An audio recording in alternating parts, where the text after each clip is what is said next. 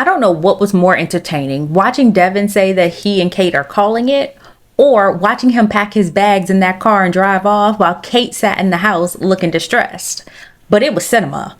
Guys, welcome into That's So Trending. My name is Belle. We're recapping everything from Married at First Sight, Season 20, Episode 18. Let's hop into these couples because all of the couples are in shambles.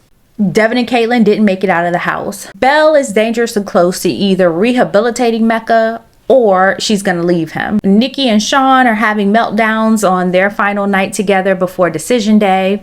And Felipe and Tori are doing their back and forth again. At this point, we don't know. Starting off with the first scene, Devin comes downstairs, says, "Pass the orange juice," and me and Kate are getting a divorce. That was pretty much how he announced that they're separating. And it's funny because Caitlyn even admits that they don't argue the same arguments. Devin says it's because she don't listen, and I absolutely believe him. It's always a power struggle between those two about who's going to be right. Devin always feels disrespected, Caitlyn feels misunderstood, and if you can't agree on what the problem is, how can you solve it? So I am so glad these two are separating at this point. I think the biggest regret here is not finding a proper match for Devin. Devin did come in ready to jump in headfirst into a marriage, but his wife was not. And instead, she kind of blamed him for being pushy or not respecting her boundaries or taking time and care with her. But that wasn't the issue. He just came here for a wife and a partner, and she wanted a roommate. Caitlyn says that she was just misunderstood by Devin, and I disagree. I think he heard her, understood her, and he wanted her to be happy in their relationship. But at a certain point, you can't use "I'm misunderstood" to explain away how people are experiencing you. And if everyone's telling you you're standoffish, cold, and not really leaning into the experience, Caitlyn, you got to accept that as a form of constructive criticism and change something. And here comes Cameron stirring the pot, trying to make it two couples down. So he says to Mecca, "I hear you were trying to do a couple swap last night. Is that true?" Mecca's laughing. The guys are laughing. Belle is not laughing. It is extremely embarrassing and hurtful, but she's not going to let the rest of the room know that. And in my mind, I'm thinking locate your wife, Mecca. Locate her in the room physically because she is having an emotional crisis over this. And his response was to Cameron, "I was having fun at other people's expense, including your wife's." But on the ride home, Mecca does say to Belle that this is the damage I created. And apologies mean nothing if the behaviors don't change, right? So I think at some point he has to move past "I'm messing up, I need forgiveness" into "I'm reformed and changed and working on being better for my wife." But then Belle said something in her confessional that kind of stopped me in my tracks because she says it's not my job to heal him, but there's part of me that wants to stay here because I can help him become a better person. I really wish she would have said "it's not my job to heal him," period, because everything before the "but" is now gone. Girl, stop that sentence there and walk away. Cut your losses. Because at a certain point, she's basically accepting pain as a part of his treatment plan. She wants to make him a better man at her own expense, and I do not agree with that. I also don't think that Belle should be making decisions based on the man that she thinks Mecca could become. You do not marry potential. You have to go based on the things that you've seen, and the behavioral patterns that he's displayed don't really show that he's capable of handling her with care. Meanwhile, Felipe is somewhere consulting with his mom about the wife that he already has, staying his wife in a few days. And he acknowledges just how amazing Tori is, but it's his mother who has to talk him into staying with her, and that I don't understand. He really does take Tori for granted is what it tells me. And I do think that Felipe likes Tori. I just don't think he likes the responsibility that comes with being a husband. He would rather have his many little exit ramps off this ride when he's ready, and he can't do that with a wife. He has to be committed. He has to give of himself. He'll have to sacrifice some things and comforts to be a part of a partnership. And he's not ready for that quite yet. And while Felipe is across town struggling with commitment, we have everybody else who's preparing for decision day.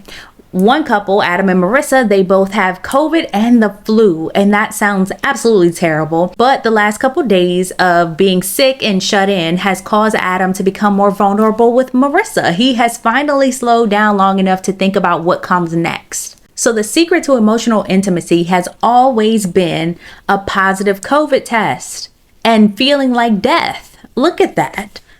We could have did this all along, guys. And they sit down and talk about where they want to live next, and he's willing to compromise and move downtown for a bit, which I think is lovely. I didn't think I would see the day that Adam was willing to compromise. Then Cameron and Michelle, they're spending their final night apart, as is everyone else, and Cameron says that this is still really scary for him to commit, and losing part of his independence still scares him, which is reasonable. Felipe admits that right before decision day, his fear of commitment is working overtime, and he's really having to fight that. And I want to correct him here and say that his fear of commitment has been working overtime, holidays, weekends, time and a half, double shifts. It doesn't matter. That man has been afraid of this commitment component since he got here. And then we have Shawn and Nikki, and these two can't even make it to decision day without an argument. So Nikki brings up the New York 7 versus Seattle 10 comment, and Shawn says, actually, I remember that moment. And that was when you grabbed me by my stomach fat and pointed out that I was not in the best shape, and it hurt my feelings. So I lashed out and said that back to you. And I don't know how to feel about two people hurting each other because of their own insecurities. And I think that Nikki is right, though. She's accepting that maybe she doesn't recall that. And we need to learn to fight fair. Fine. You come to a resolution. Don't know if Shawn said it. It happened off camera. We'll never know. But whoever's right or wrong doesn't really matter as long as it does not happen again, because that is a terrible thing to say to your wife. But then they go home, start packing. Nikki packs up her wedding dress, and Shawn asks her how she feels about packing it.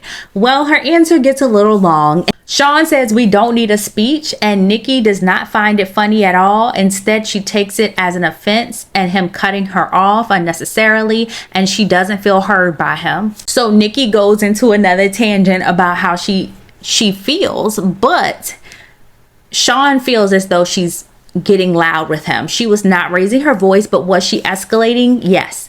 I heard it in her cadence and her tone that she was actually frustrated with him.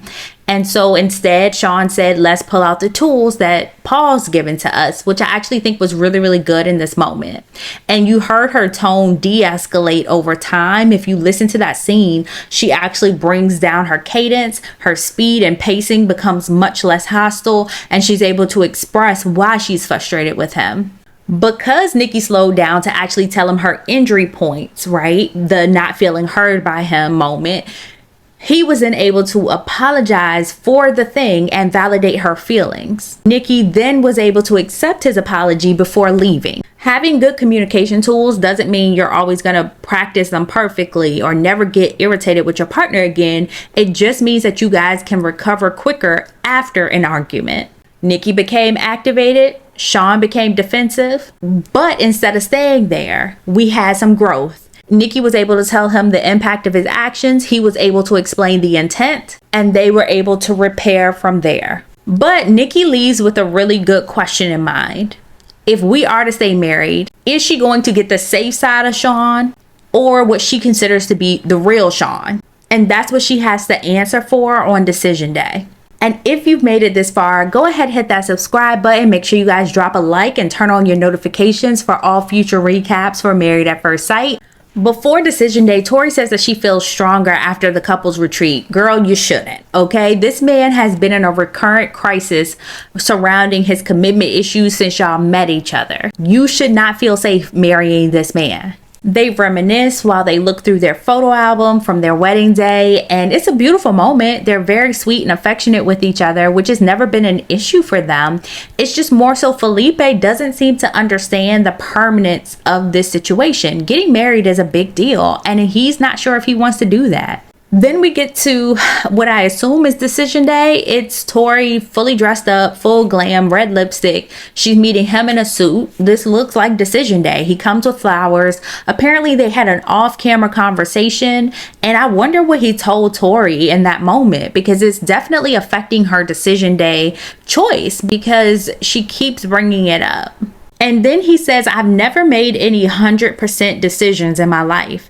Sir, you married a stranger on national television. Then he starts complimenting her on being nurturing and caring for the people in her life. And I was like, great, this is just continuity of care for him. He just sees her as taking over for what his mom used to do for him. And that's why he loves those things about her. Tori says, what am I supposed to do with this information, basically? Because what you told me off camera was hurtful. It was cruel and heartless. Do you think what you told me is normal? He says no, and he regrets it. However, this does change the story because now it takes the power away from Felipe and it puts it back in Tori's hands. She gets to say no and walk away because for so long, I thought she was going to be the one to say yes. And now I'm not so sure about that. And that's where I'm leaving episode 18. Decision Day is going to be so much more interesting because the obvious no's are gone. We've gotten rid of Devin and Caitlyn, Courtney and Nick, and now the couples that have actually been doing the work are left, and they can tell us whether or not they plan to stay married. You guys drop down in the comments with who you think is going to stay married. Also, make sure you guys hit that like button, hit that subscribe button if you haven't already, and turn on your notifications for more of That's So Trending. I'll see you guys back here soon.